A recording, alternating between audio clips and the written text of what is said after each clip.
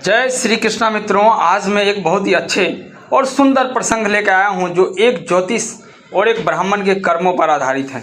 एक ब्राह्मण जो ज्योतिष पास जाता है अपने कटे हाथ लेके, क्यों ऐसा मेरा हाथ करेगा, मैंने कोई पाप नहीं किया फिर भी मेरा हाथ कट गया, यही पूछता है सवाल। तो आइए क्या है कहानी मित्रों, बिना देर के हुए कहानी की तरफ चलते हैं।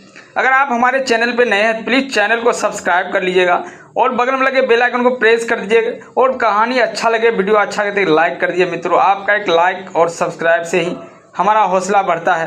तो आइए बिना देर के हुए चलते हैं कहानी की तरफ। मित्रों एक राजा था, वो अपने राज्य में बहुत ही प्रतापी था, बहुत ही गुणवान भी था और बहुत भक्ति भजन भी करता था। उसके बाद उसने क्या किया, एक अपने राज्य में ठाकुर जी का भगवान का मंदिर बनवाया और भगवान का मंदिर बनाने के बाद उसमें एक पुजारी नियुक्त किया, पंडित। वो बहुत ही गुणवान था ही और भक्ति भी करता था। और काफ़ी दिन बीत जाने के बाद राजा को एक संतान पैदा हुआ।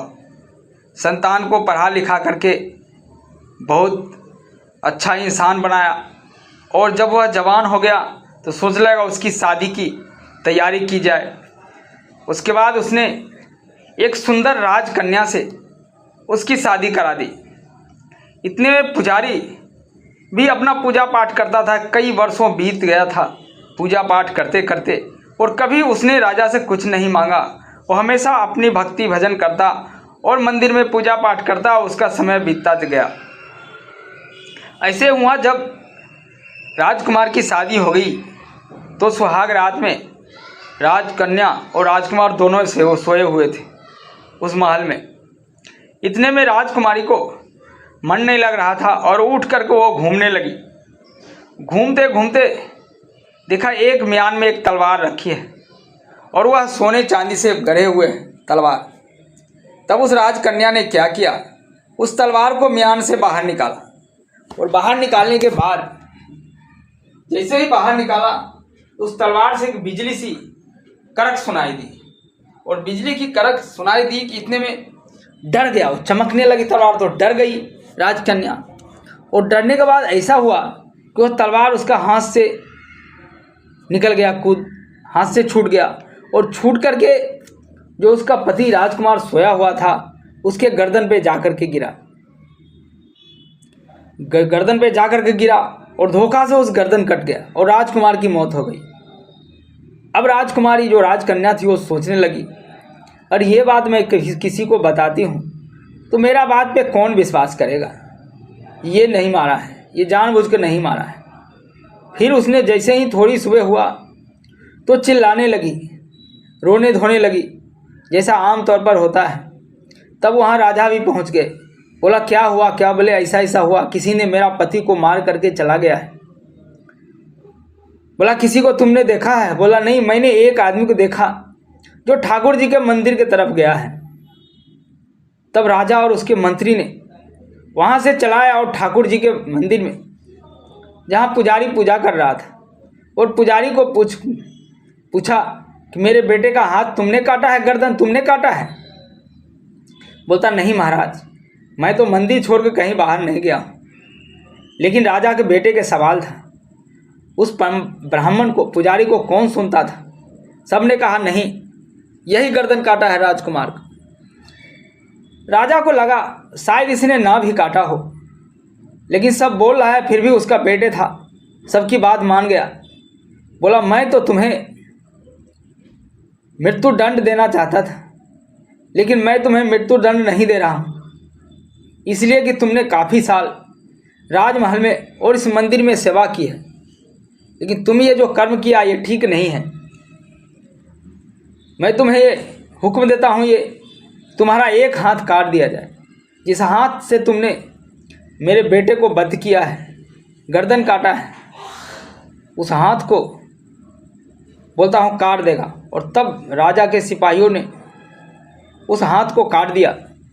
तब दुखी होकर के ब्राह्मण ने सोचा क्यों न इस भ्रष्ट और दुष्ट राजा से यहाँ से चला जाए, क्योंकि मैंने जो गलती किया ही नहीं है उसका मुझे दंड दिया। अगर मैं गलती किया होता तब मुझे दंड देता तो कोई बात नहीं था। जिस गलती किया ही नहीं मुझे उसका सज़ा दे दिया। तब ब्राह्मण ने उस राज्य को छोड़ करके किसी और राज्य चला गया और ढूंढ रहा था कोई ऐसा विद्वान मिले जो बताए कि मेरा गलती क्या है। ढूंढते ढूंढते उस पंडित पहुंच गया काशी, और काशी में पता लगाया कि यहाँ एक बहुत बड़े ज्योतिष है जो आगे के भविष्य भी बताते हैं और पीछे की घटना हो वो भी उसको भी जानते हैं। और ढूंढते ढूंढते उस ब्राह्मण उस काशी के ज्योतिष के घर पहुँचे। अब जैसे ही ज्योतिष के घर पहुँचते हैं तो ज्योतिष तो वहाँ नहीं था, वो कहीं गया हुआ था, लेकिन उसकी पत्नी वहाँ थी। और उसकी पत्नी को जब पूछा ज्योतिष जी महाराज कहाँ हैं, तो उसने कोई अच्छा जवाब नहीं दिया और ऊपर से उस ज्योतिष को प्रताड़ने लगी और उल्टे सीधे बातें करने लगी, तिरस्कार करने लगी। तब बेचारे पंडित जी ने अलग जा कर के बैठ के इंतज़ार करने लगे। कुछ ही क्षण बाद ज्योतिष जी आए और तब ज्योतिष के पास जाते हैं पंडित जी और कहते हैं, हे ज्योतिष जी महाराज, मैं आपसे ही मिलने आया था, लेकिन आपकी पत्नी तब से आपको तिरस्कार कर रही थी, मैं सुन नहीं सका, मैं आकर के बैठ गया। तब ज्योतिष ने जाकर के अपने आसन पर बैठा और बोला ज्योतिष, बताइए ब्राह्मण देवता, मैं आपकी क्या सेवा कर सकता हूँ, क्या तकलीफ़ है आपको। बोला, मैं अपने बारे में पूछने आया था, लेकिन मैं आपके बारे में ही पूछता हूँ। आप बताइए, आपकी पत्नी इतना तिरस्कार क्यों करती है आपसे। तब ज्योतिष ने कहा, ये मेरे पिछले जन्मों का कर्मों का फल है। पिछले जन्म में मैं एक कौवा था और ये एक गधी थी, और इसके पीठ के ऊपर एक फोड़ा हो गया था और उस फोड़े में कीड़े पड़े थे, और मैं कौवा प्रजाति में था तो बार बार उस पीठ के ऊपर जा कर के चोंच मारता था, इससे इसको असहाय दर्द होता था। एक बार क्या किया, मैंने चोंच मारा कि मेरा चोंच हड्डी में लग गया, गधी के हड्डी में, और चोंच निकलने ले रहा था, फंस गया उसमें। और ये गधी भी बहुत असहाय दर्द के कारण इसने क्या किया, गंगा नदी में कूद गई। सोचा कि इसमें जाकर के ये निकल जाएगा चोंच, लेकिन नहीं निकला। ये गंगा जी का बहुत तेज़ धारा के प्रवाह से हम दोनों बह गए और दोनों मर गए वहीं। तत्पश्चात गंगा जी का कृपा से ये एक ब्राह्मण कुल में पैदा हुई और मैं एक ज्योतिष बन गया अगर इस जन्म में, और हम दोनों का विवाह हो गया। अब इस जन्म में ये बार बार उसी के कारण मेरे को अपने मुख से तिरस्कार करती है, और मैं समझता हूँ कि ये मेरा कर्मों का फल है, ये कुछ दिनों में ये ठीक हो जाएगी। आप बताइए ब्राह्मण देवता, आपका क्या है। बोला, देखिए, मैं जहाँ से आया हूँ मैं कोई गलती भी नहीं किया था, फिर भी राजा ने मेरा हाथ कटवा दिया, इसमें मेरा क्या दोष है बताइए। तब ज्योतिष ने कहा, यह भी आपका कर्मों का फल है।